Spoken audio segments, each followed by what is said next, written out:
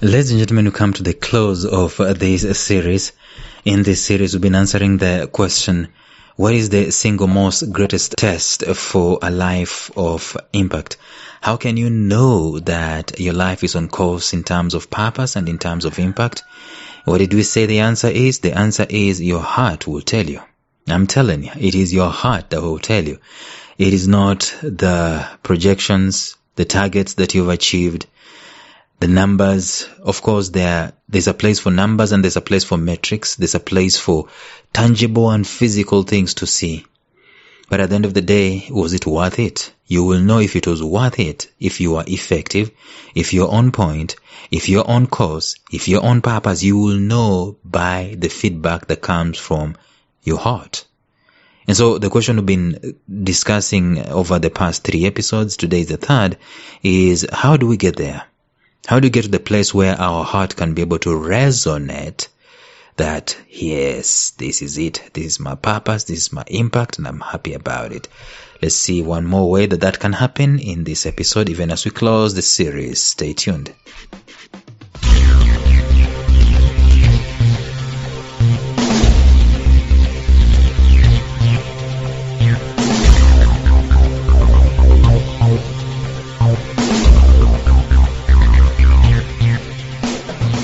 Welcome to the Life Signatures podcast with Lawrence Namale.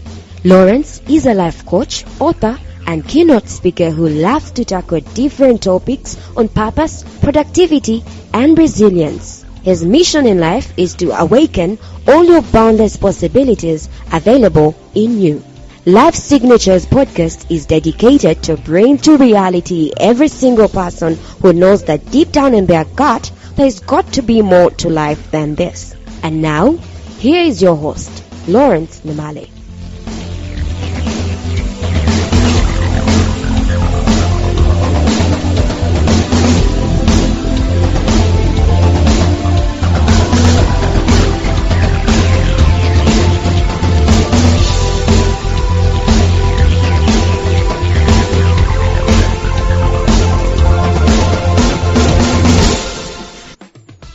Ladies and gentlemen, it is 14 episodes above the 1,000 mark on this series, this podcast. 14 above 1,000, and we are looking forward to the time that we will get to the 2,000 mark, which will be somewhere around 2025, God willing, and God giving us strength. And hopefully by that time, we'll have been able to change some aspects of this podcast. There's some things I'm scheming and I'm dreaming about that I'm going to impact and inject into this podcast and see how it goes. But today we are coming to the close of a series we started by asking the question, what's the single most greatest test for a life of purpose and a life of impact? And we saw it is the heart. The heart is the test. You will know in your heart, even as you're doing it or even as you are not doing it. And secondly, you will know when you come to the close of your life. You will know, I have been on point or I haven't. And all of a sudden you feel like you've wasted your time, you've wasted your lives, and life is meaningless and it's a lot of vanity, and the things that you did count for nothing. I mean, you amassed everything that there was to amass. Okay, not necessarily everything, but something that your heart told you to get. The heart is very funny. Or maybe let me say the flesh. Very funny. Go and get that car, and you get the car and you're like, man, is that all there is? Go and get that woman, and you go and get her. And you're like, man, it's so fickle. And so the problem is that we live our lives amassing these things and doing what our our souls, our flesh tells us to do. And we get those things and we accomplish the things that we accomplish. But at the end of the day, the heart tells us that wasn't it. And you tell yourself, oh man, I've wasted my years, I've wasted my time. But you know, even before that, the heart was always telling you, always knocking. And the heart is so gentle, never is going to force you. Life might force you, circumstances might force you, but the heart that doesn't. So gentle, tells you, this is off. Lawrence, this is off. Wachana na yo maneno. That means leave that stuff. Do something else that is meaningful.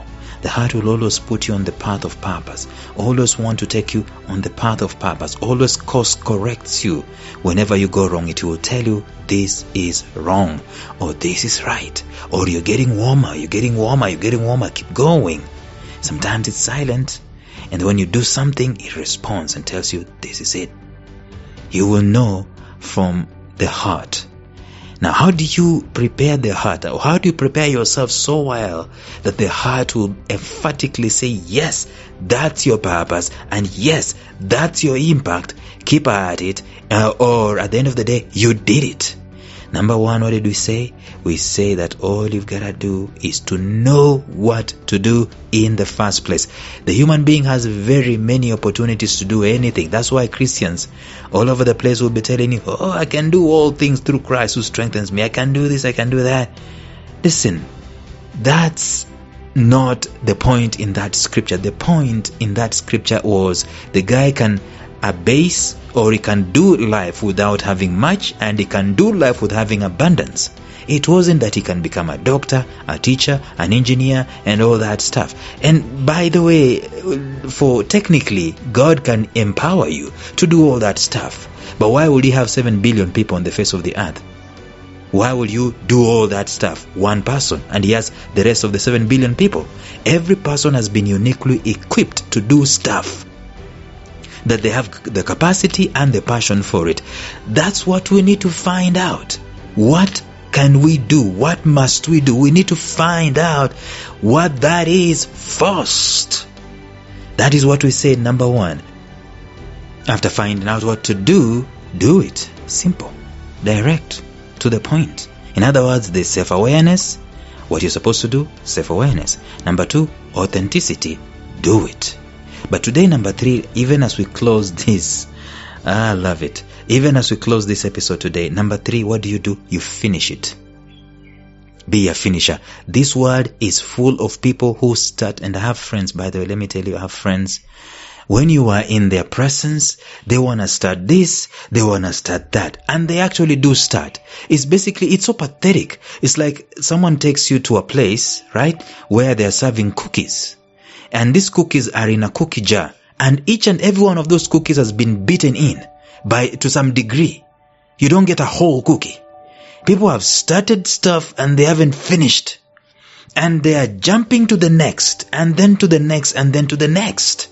The idea of finishing is that you will face opposition, you will face setbacks, you will face moments of the pit, you will face moments of exhilaration as well as moments of despair, but you've got to finish it. Jesus Christ said it is finished.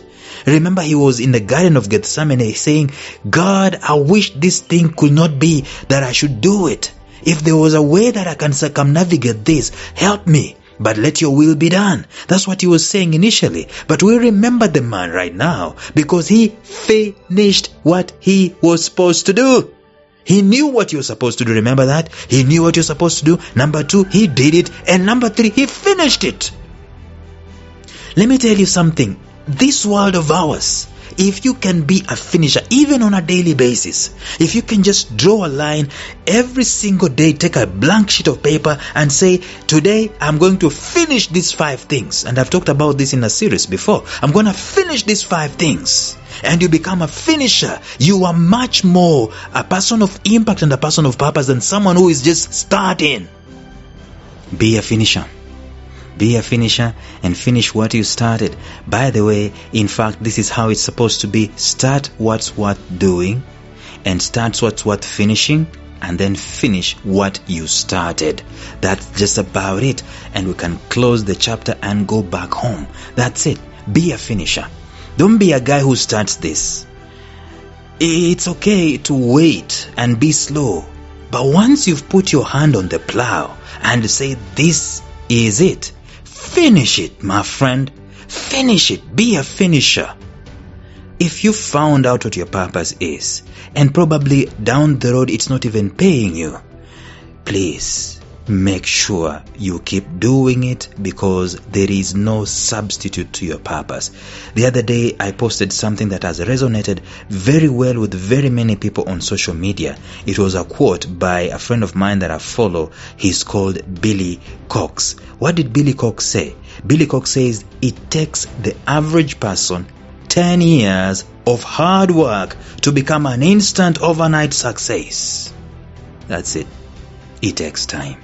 So stay with it until it is done. There is no other shortcut.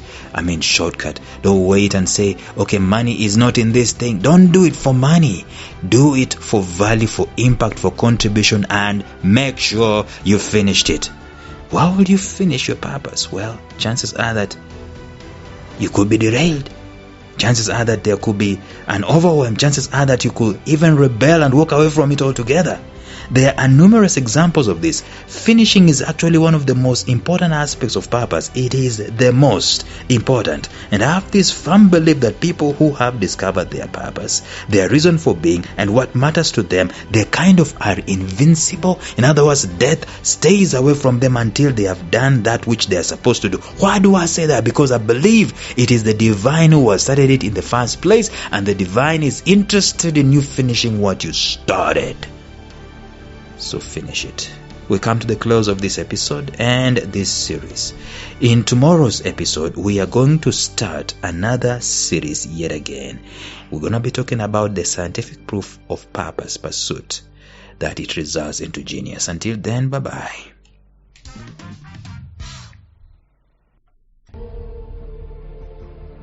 Thank you for listening to Life Signatures Radio. If you enjoyed today's show, subscribe to Life Signatures Radio on iTunes, Stitcher, or visit our website at lifesignatures.libsyn.com. Life Signatures Radio, fresh, clean, and inspiring.